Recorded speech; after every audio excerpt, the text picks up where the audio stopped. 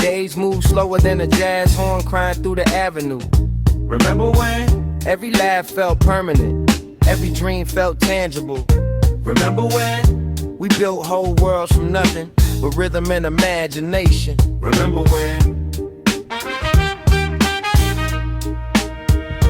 Remember when the sidewalks felt like sacred ground to us, bike chains rattling rhythms while the old heads were schooling us, cassette tapes looping wisdom through the hiss and distortion. Every cracked speaker carried soul bigger than fortune. Remember when the park jam stretched beyond midnight, cardboard on the pavement, break dancers moving moonlight, no cameras chasing clout, no desperate need for fronting, just motion, conversation in the entire block grooving. I remember corner stores smelling like chips and incense, old men talking politics with chest moves and persistence. Back when your word was the password and the respect, before attention spans got shortened by the internet. Remember when? The music sounded human, imperfections in the mix. Remember when? We memorized whole albums like they came engraved in brick. Remember when? Every neighborhood character felt larger than life itself. Remember when?